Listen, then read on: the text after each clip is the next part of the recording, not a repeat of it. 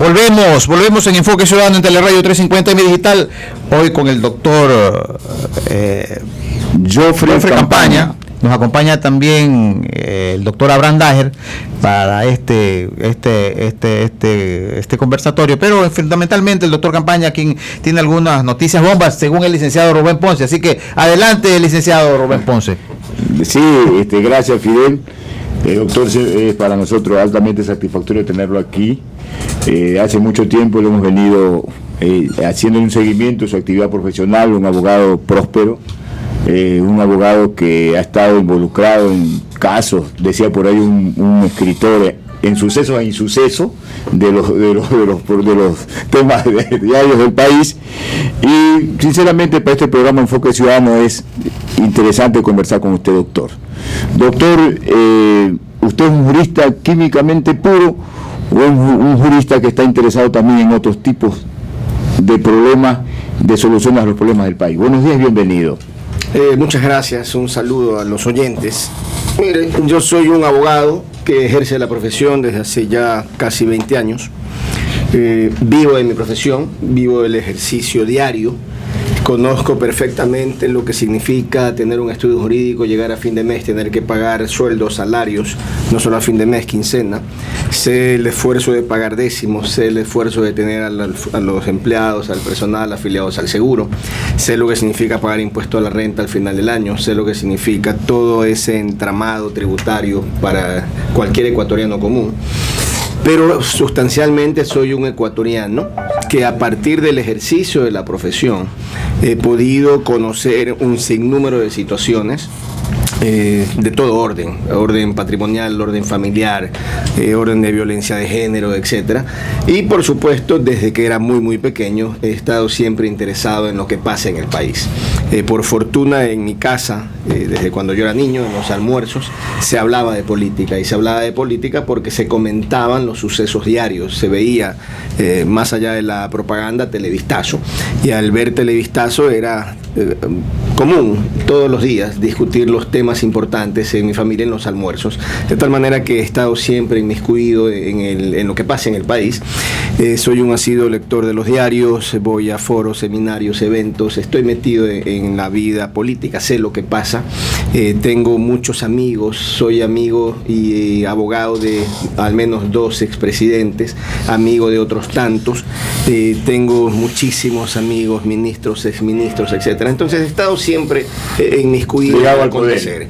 De alguna manera sí, el hecho de haber sido asesor del expresidente Gustavo Noboa, en la parte final, el hecho de haber colaborado con el gobernador de la provincia, siempre desde fuera, en el caso del doctor Carlos Ortega Maldonado, el haber colaborado también sin ser funcionario público con el expresidente Alfredo Palacio, el haber colaborado sin ser funcionario público con el alcalde, Jaime Nebot, el haber sido abogado de algunos buenos alcaldes del país, como Carlos Falqués, por citar uno, el haber sido abogado del prefecto de la SUAY, Paul Carrasco, y en fin, el haber estado siempre cerca del poder y de gente que tiene poder, me ha permitido conocer muy de cerca cómo funciona ese poder, y en consecuencia creo que tengo una visión bastante clara de lo que pasa en el país. Doctor, una cosa es conocer, indudablemente, pero esta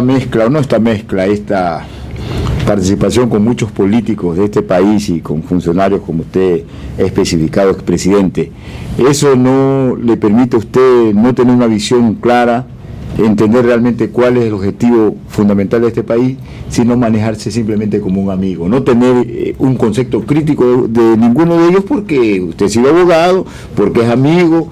Entonces es difícil, imposible cuestionarlo, doctor? No, al contrario, el haber estado cerca del poder me ha permitido conocer las interioridades del poder, y he sido muy crítico con muchos de ellos. Mire, por ejemplo, que en el caso del presidente Alfredo Palacio, a quien además le guardo una consideración personal importante, yo cuando tenía una columna de opinión en el diario Universo, recuerdo muy bien haber escrito un artículo: renuncie, señor presidente, de forma pública, y le decía todo lo que en mi opinión estaba haciendo muy mal. Con el alcalde de Guayaquil, pese a tener una magnífica relación, he sido crítico y he sido públicamente crítico. Con el Partido Social Cristiano, por ejemplo, al que se pertenece el alcalde Neboda, al que se pertenece el alcalde Falqués, he sido tremendamente duro y crítico. He criticado muchísimo la forma como se manejó, por ejemplo, la justicia en el Ecuador desde la época de Febres Cordero. Entonces, yo no soy una persona que huye a decir las cosas con frontalidad. Al contrario, me parece que cuando existe buena intención y cuando la crítica va en línea de mejorar lo que ocurre, porque cuando a veces hay cosas que están muy mal, la crítica va en la línea de optimizar o corregir lo que está funcionando. Pero no se va a pelear con nadie, doctor, como veo en un supuesto caso que usted a ver, sus amigos, ustedes van a decir, cuidado, un buen amigo, que una yo no me he persona, peleado un con abogado, nadie. un elemento respetable. Entonces, yo ofrece todos, pues. No, mire, una cosa es ser amigo de muchas personas, otra cosa es que dependiendo de dónde la vida nos vaya situando, esas amistades influyan o no influyan dentro de objetivos que están más allá de lo que es lo personal. Le pongo ejemplos muy sencillos. Yo enjuicié a Febres Cordero, cuando Febres Cordero tenía todo el poder del mundo. Yo no tuve ningún problema en enjuiciar personalmente, corriendo riesgos, en enjuiciar a Febres Cordero. Ahora, yo he enjuiciado a Correa. Si Correa tiene conmigo un juicio todavía pendiente. Pero lo hicieron retroceder, pues, doctor. Perdóneme, el juicio. ¿Qué pasó con eso? No, cuidado. Nosotros, digamos, es una actividad periodística y nosotros queremos que la gente sepa la verdad, ¿no? No, y está muy bien. Es un interrogatorio popular. Está muy bien. Entonces, porque es fácil ver lo que ese abogado vigoroso, talentoso, creativo, de Joffre Campaña, sale en un determinado momento, por lo menos publica la prensa, Joffre reculó, por decir una palabra. No, es que eso no ha pasado. No ha pasado, es necesario, sí. Mire, yo tengo un juicio con el presidente de la República. Ese juicio en primera instancia no prosperó ni a favor ni en contra, porque es un juicio que simplemente dictó una sentencia en que no me dieron la razón y tampoco se le dieron al presidente de la República. Es un proceso que está en apelación y en consecuencia es un juicio que está allí pendiente a la espera de resolución. Lo que le quiero decir es, yo he tenido la posibilidad de demandar personalmente, asumiendo semejantes riesgos, a León Febres Cordero cuando era el dueño del país y ahora a Rafael Correa cuando es el nuevo dueño del país. Es decir, yo no he rehuido el enfrentamiento con quienes creo que debo enfrentar.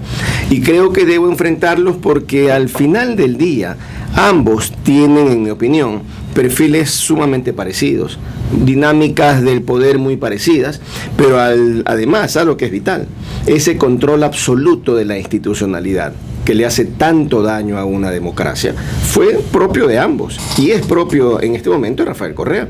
Y por tanto, cuando usted tiene un concepto de lo que es la democracia, cuando tiene un concepto de lo que es el ejercicio del poder, ese tipo de políticas, primero Febres Cordero, ahora Correa, van en contra de todo lo que yo creo. Y por tanto, si van en contra de lo que creo, tengo que enfrentarlos, defendiendo el ámbito, cuando el tema pasa a aspectos personales, porque tanto Febres Cordero como Correa se metieron conmigo en lo personal. Cuando se metieron conmigo en lo personal, rechazando una crítica pública, yo tengo la obligación de responder.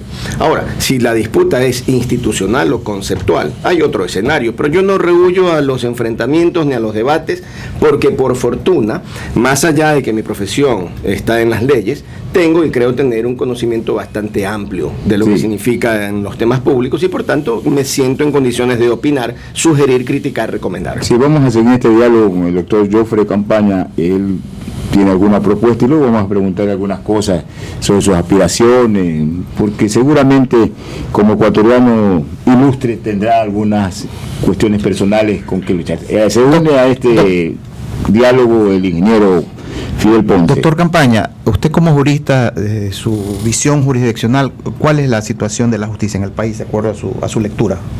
Yo creo que tenemos una justicia secuestrada. No existe independencia judicial hacia el poder público, pero si extraemos la justicia que tiene vinculación con el poder público, es decir, los temas de gobierno, y nos vamos a la justicia cotidiana, al día a día, es un desastre. Hoy día, por ejemplo, en la mañana revisaba un proceso judicial a través de la página web, y un proceso judicial que arrancó en julio del año pasado, sin tener contendor, porque se demandó a una persona y esta persona nunca se defendió. Es decir, nada, un juicio solito, sin contendor.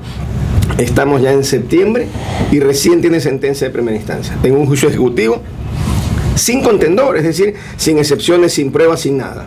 Entonces, yo tomo eso como un ejemplo básico. Si usted toma un juicio normal en que una de las partes litiga solita y tiene casi 14 meses y recién sentencia de primera instancia, pues la justicia es un desastre, pues, ¿no? Ahora, eso lo lleva a usted a pensar qué ocurre con aquellos procesos litigiosos, y no estoy hablando de los temas de gobierno, estoy hablando entre particulares. Cada juicio pues toma 3, 4 y 5 años. Yo personalmente patrocino un juicio en el que tengo ganada la causa a través de una sentencia de la Corte Nacional de Justicia.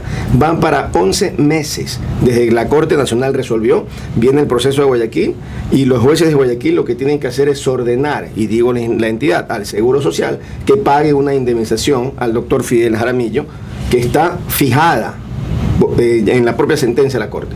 Pues llevan 11 meses en Guayaquil y no despachan.